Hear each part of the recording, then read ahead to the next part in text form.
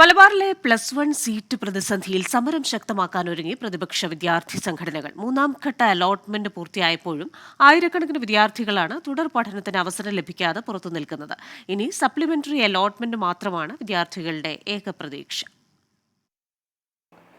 മലബാറിൽ സീറ്റ് ക്ഷാമം രൂക്ഷമാണെന്ന് പകൽ പോലെ വ്യക്തം. പക്ഷേ പ്രതിസന്ധിക്ക് പരിഹാരം കാണാൻ സർക്കാർ തയ്യാറാകുന്നില്ല.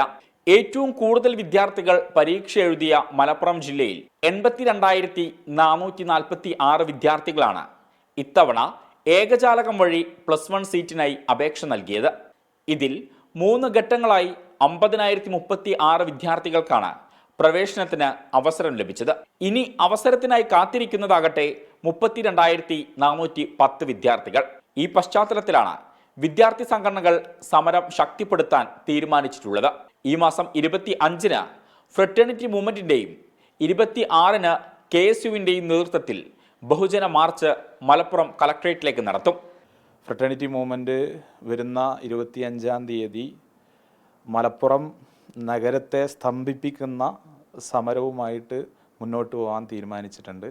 കളവുകൾ പറഞ്ഞുകൊണ്ട് ജനങ്ങളെ കബളിപ്പിക്കാനുമാണ് ശ്രമിക്കുന്നതെങ്കിൽ സർക്കാരിനെ തന്നെ സ്തംഭിപ്പിക്കുന്ന രീതിയിലുള്ള പ്രക്ഷോഭങ്ങൾ നയിക്കാനാണ് വിദ്യാർത്ഥി പ്രസ്ഥാനമെന്ന രീതിയിൽ ഫ്രറ്റേണിറ്റി മൂവ്മെന്റ് ആഗ്രഹിക്കുന്നത്.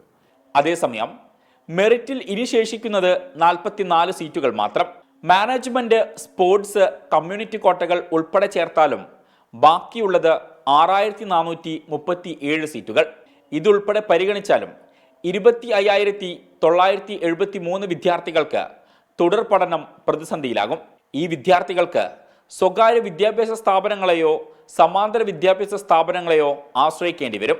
വിദ്യാർത്ഥികൾക്ക് സൗജന്യ പഠനം ലഭിക്കാത്ത സ്വകാര്യ മേഖലയെ ആശ്രയിച്ചാലും മലപ്പുറം ജില്ലയിലെ സീറ്റ് പ്രതിസന്ധിക്ക് പരിഹാരമാകില്ലെന്നാണ് സർക്കാരിന്റെ ഔദ്യോഗിക കണക്കുകൾ വ്യക്തമാക്കുന്നത്. കാരണം ജില്ലയിൽ അൺഎയ്ഡഡ് മേഖലയിൽ ശേഷിക്കുന്നത് 10,877 സീറ്റുകളാണ്. ഇത് പരിഗണിച്ചാലും 15,096 വിദ്യാർത്ഥികൾ അപ്പോഴും പുറത്തു തന്നെ. 24 മലപ്പുറം.